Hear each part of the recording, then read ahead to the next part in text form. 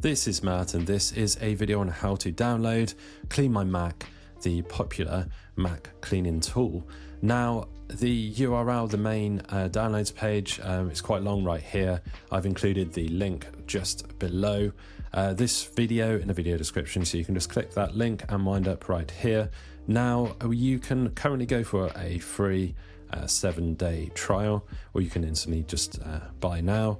Right here you can obviously check out the downloads page and find out what the product is all about and what you can actually do with it. I do use CleanMyMac, I highly recommend it. I've actually got a full tutorial video on how to use it as well on this very channel. So how do we download it? Well, two options right here. Let's go with the 7-day free trial.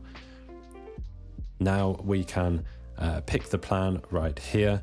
You will select one of these and that will download the installer to your computer, to your Mac. Now I currently have Google Chrome on my Mac, and so all of my files and folders get saved directly to the downloads folder. So depending on the browser you have, you will find the installer in the downloads location. Hopefully you found this video on how to download CleanMyMac useful. If you have, drop this video a like and subscribe to the channel for more.